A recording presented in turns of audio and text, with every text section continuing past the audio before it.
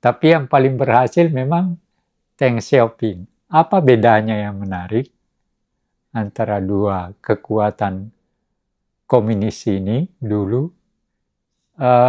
Uni Soviet terlihat meninggalkan ideologi komunisme sepenuhnya. Sementara Cina tidak meninggalkan komunismenya, tetapi diberikan satu interpretasi yang berbeda, yaitu bahwa sebagai negara dia harus memerlukan kemampuan untuk tampil dengan ekonomi yang baik. Melanjutkan idenya yang terkenal itu ketika dia mengatakan tidak ada urusan kucing putih atau kucing hitam, yang penting bisa nangkap tikus. Dan itu dijalankan betul ketika dia berkuasa. Kalau Rusia tidak mempersoalan ideologi komunisme lagi, bahkan dianggap hilang. Putin menciptakan satu sistem pemerintahan yang otoriter, gitu, dengan satu partai yang dia selalu menang dalam pemilu. Makanya Cina menjadi seperti sekarang ini karena pikiran Deng Xiaoping. Nah, revolusi pemikirannya itu bagaimana? Kita berbincang tentang hal yang menarik sebenarnya di dalam periode akhir abad ke-20, yaitu kehancuran dari Uni Soviet dan Eropa Timur sebagai komunisme, ideologi komunismenya. Dan kemudian, dan di situ ada Brezhnev yang punya andil ketika menjadi sekretaris jenderal Partai Komunis. Dia melihat bahwa Uni Soviet ini akan hancur terus kalau dipertahankan melawan Amerika, dalam arti kata itu. Karena kekuatan ekonominya Amerika memang sangat kuat. Akhirnya Khrushchev mengambil suatu sikap membebaskan negara-negara komunis Uni Soviet dan Eropa Timur. Nah, dalam perkembangannya kemudian, hal menarik juga adalah situasi yang berkembang di Cina ketika Mao Zedong meninggal dan seterusnya, dan maka tampillah Deng Xiaoping. Deng Xiaoping ini memang adalah orang ini unik. Uniknya apa? Tiap kali hampir mati, tapi selalu nggak jadi mati. Tapi dia memang didukung oleh secara diam-diam, didukung oleh Zhou Enlai. Zhou Enlai memberi. Jadi masuk penjara oleh kelompoknya Mao Zedong. Tapi dia selalu diselamatkan oleh Zhou Enlai.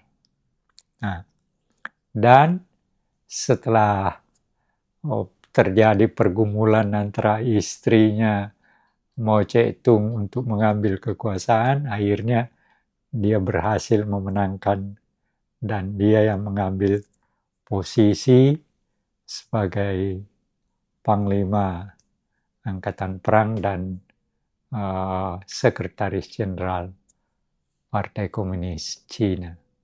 Jadi ini boleh dikatakan dua. Nah, sekarang yang menarik itu apa?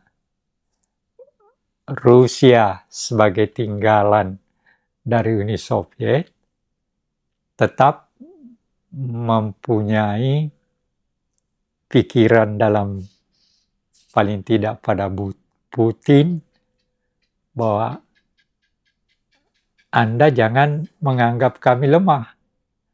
kami ini tetap dulu kami negara besar. Jadi, nah itu yang menyebabkan mengapa ketika Ukraina mau masuk NATO, maka merasa terganggu Rusia kan. Karena bagaimanapun itu tetangganya dan pernah menjadi negara bagian dari Uni Soviet. Tapi unik juga, Ukraina memang unik juga. Menjadi negara bagian Uni Soviet, tetapi sekaligus anggota PBB. Gitu. Nah, lanjut. Nah, perkembangannya kemudian, di Cina terjadi perubahan besar juga, sehingga apa yang terjadi setelah Deng Xiaoping mengambil, nggak terlalu lama sih, sekitar 2 tahunan kalau tidak salah, akhirnya meninggal, tapi udah digantikan oleh kader-kadernya.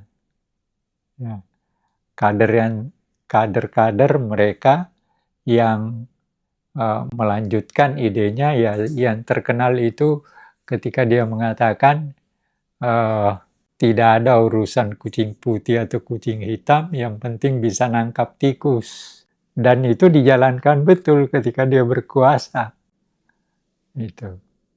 Nah, dan itulah yang membuka jalan bagi Cina. Tapi ada yang menarik, perbedaan antara Rusia tinggalan Uni Soviet dengan Cina tinggalan Mao Zedong.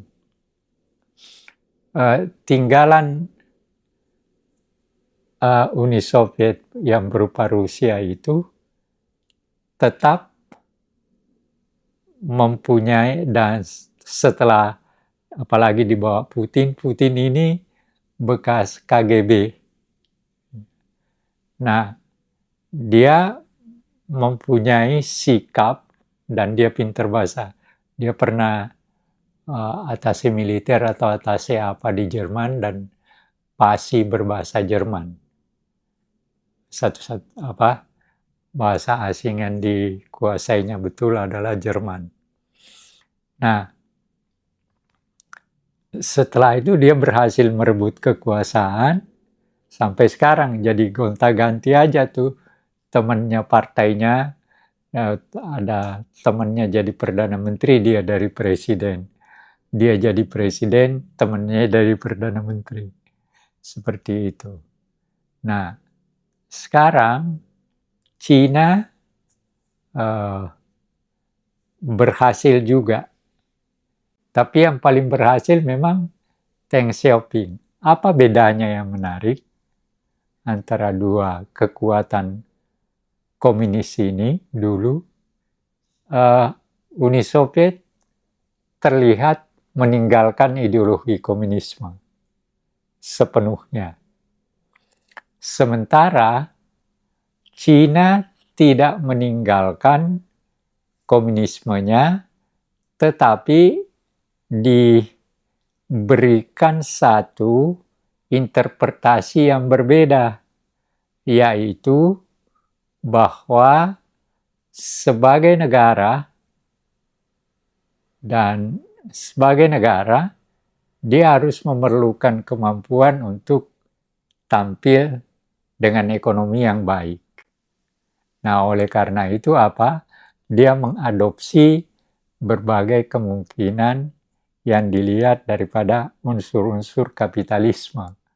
Makanya kita lihat Cina sekarang itu komunismenya ideologi, tapi kapitalismenya ekonomi. Itu yang terjadi sekarang. Jadi begini, di dalam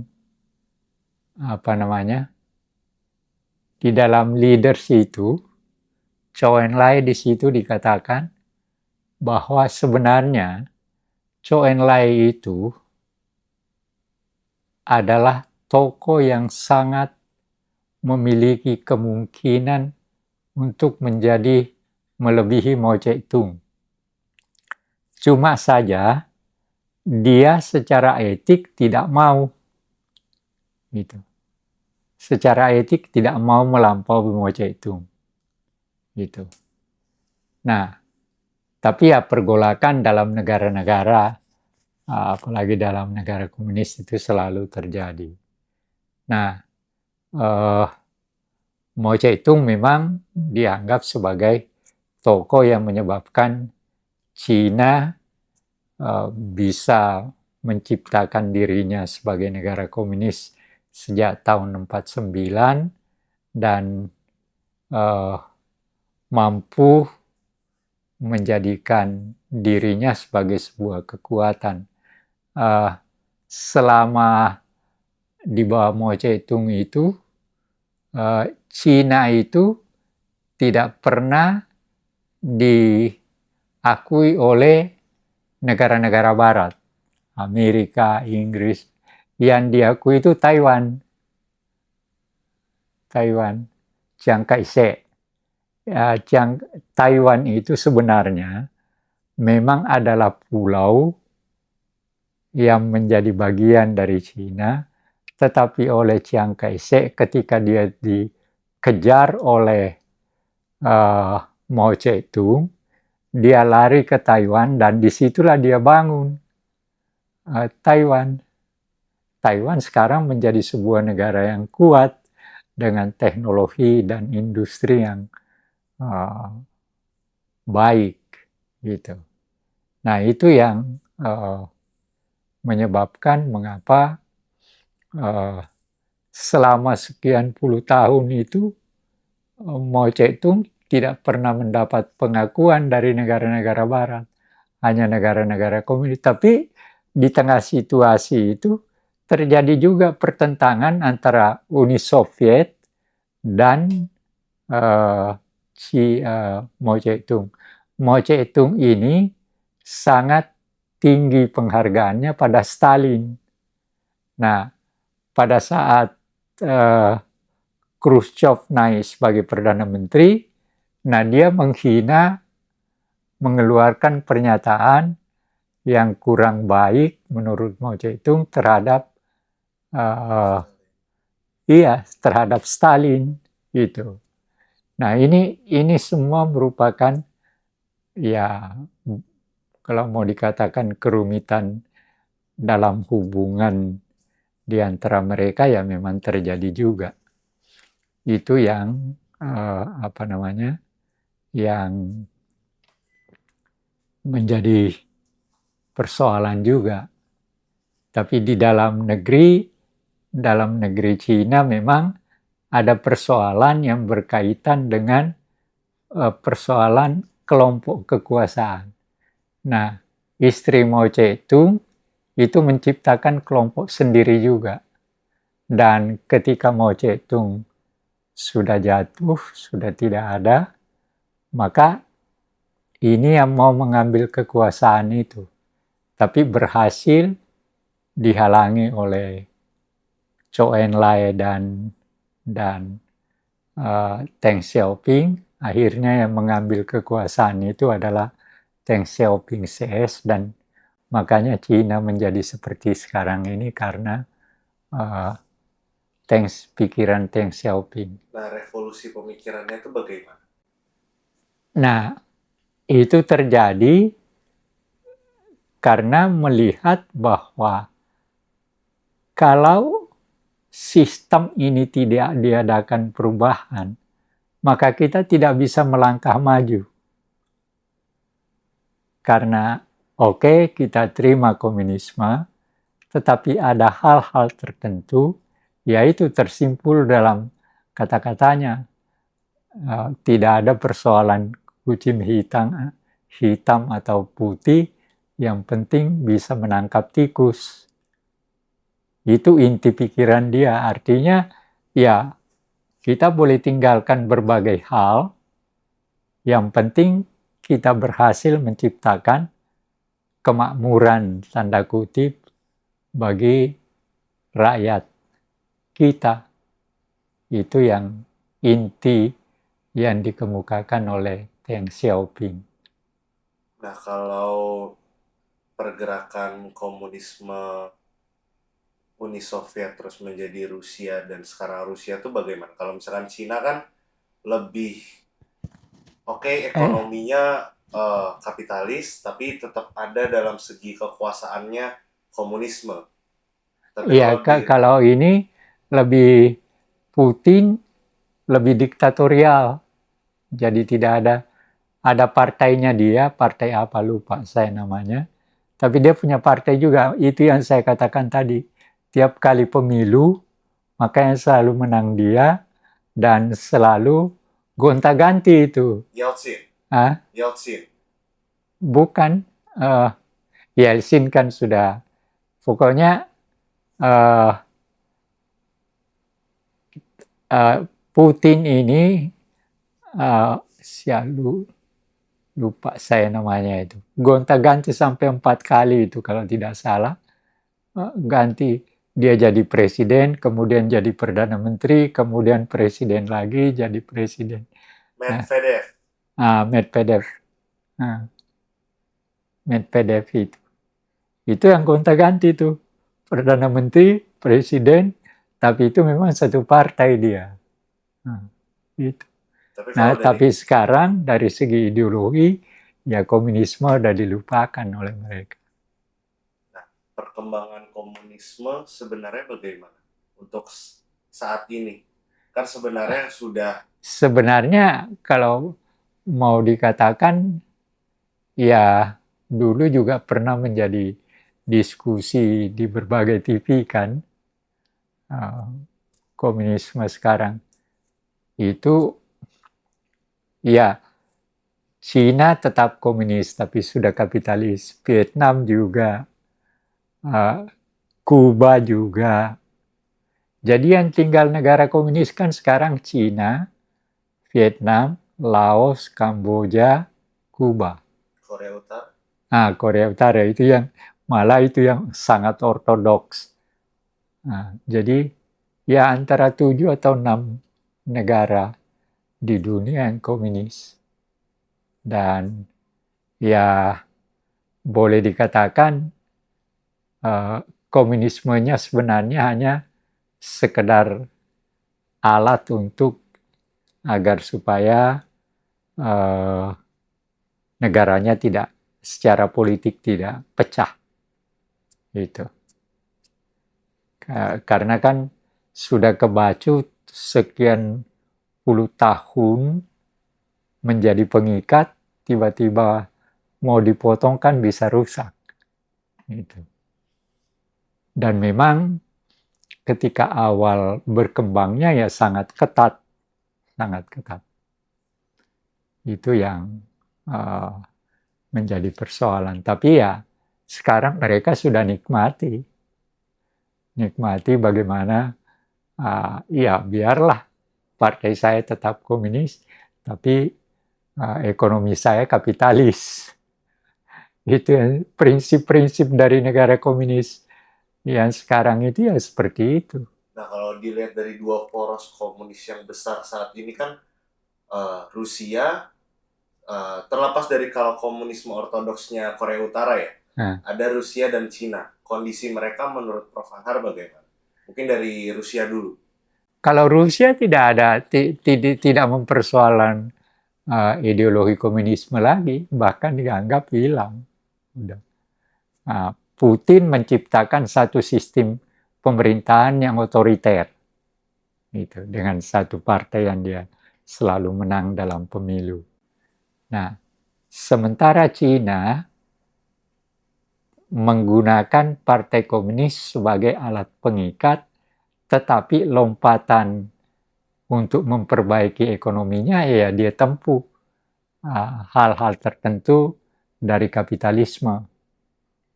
Itu yang terjadi pada dua negara yang pernah menjadi kekuatan utama komunisme dunia. Kalau Cina?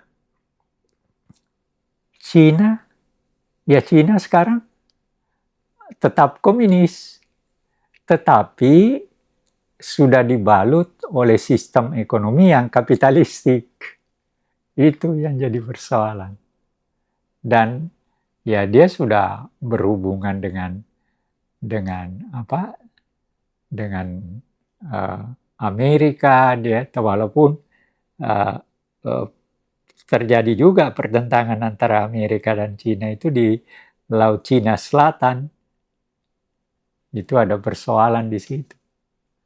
Ya, tapi apakah dengan Cina itu sekarang dalam kaitan dengan perang Iran Amerika ya memberi dukungan walaupun tidak secara terbuka, tapi Rusia dan Cina memberi dukungan kepada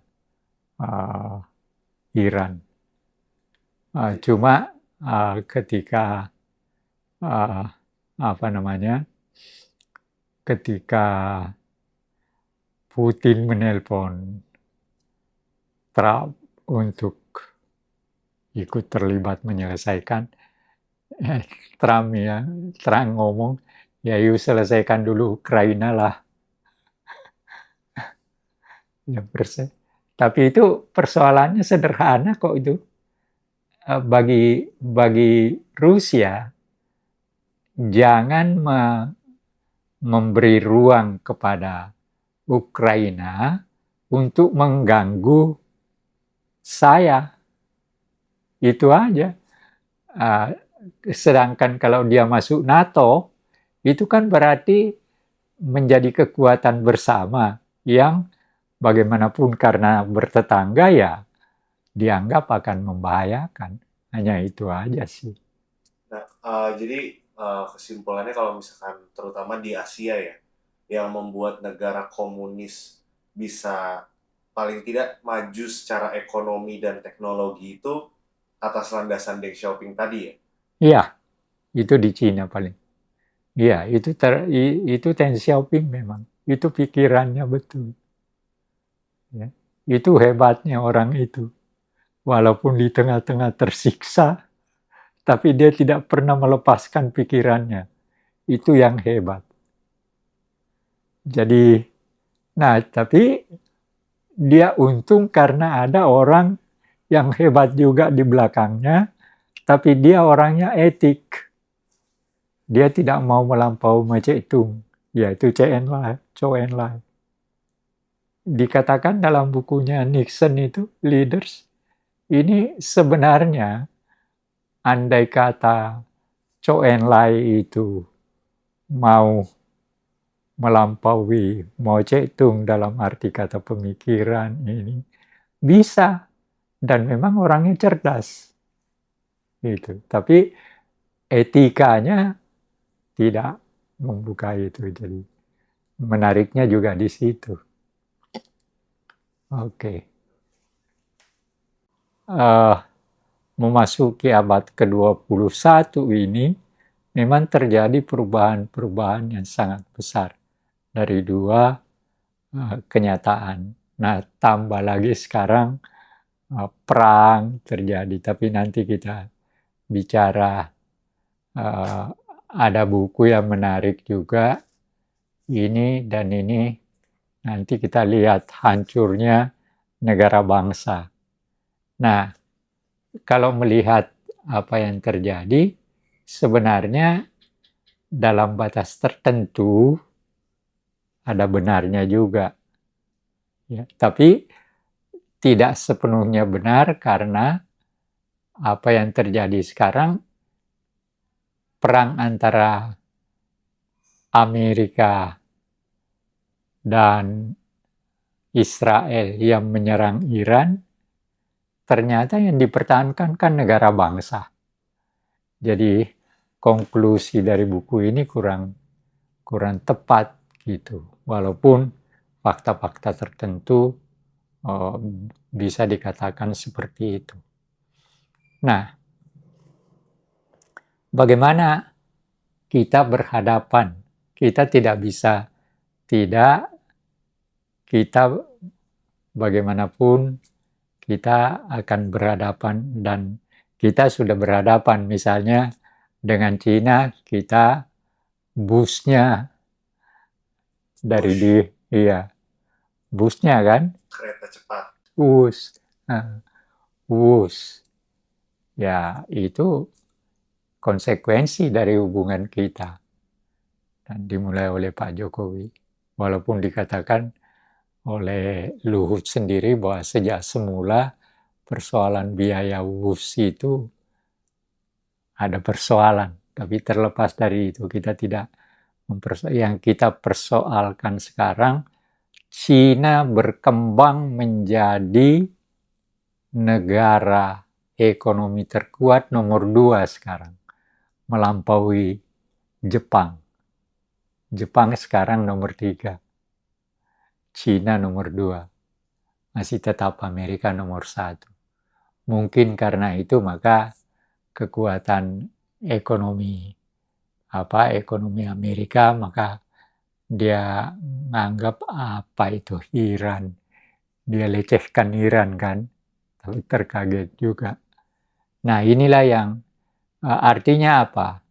Yang kita sebagai negara yang berpolitik bebas dan aktif, walaupun dalam kenyataannya tidak pernah juga dilaksanakan secara baik, terus terang aja, kita harus berusaha melihat apa yang terjadi dalam perkembangan ini, dan apalagi di dalam pembukaan Undang-Undang Dasar kita jelas-jelas dikatakan bahwa kita ikut menjaga ketertiban dunia.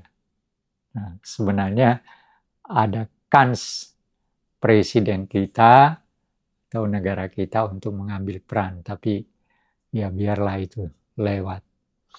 Nah, inilah yang bagaimana kita berhadapan sebagai bangsa dengan kemajuan, dengan perubahan yang sering orang gak duga kan, yang namanya tidak pernah terbayangkan bahwa Uni Soviet bisa hancur dalam waktu yang begitu singkat.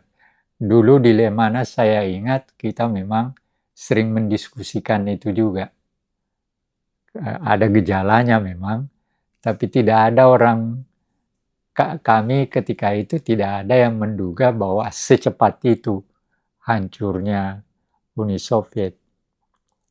Nah, lalu kemudian tidak ada orang yang menduga bahwa Deng Xiaoping bisa mengambil peranannya dan sampai sekarang kader-kadernya atau paling tidak ide-idenya itulah yang dikembangkan sehingga Cina sekarang menjadi sebuah kekuatan ekonomi terkuat tanpa melepaskan komunismenya. Beda dengan Rusia. Rusia melepaskan komunismenya, tapi dia tetap mengatakan kami ini, Anda jangan memandang kami negara lemah, kami juga adalah negara kuat. Gitu.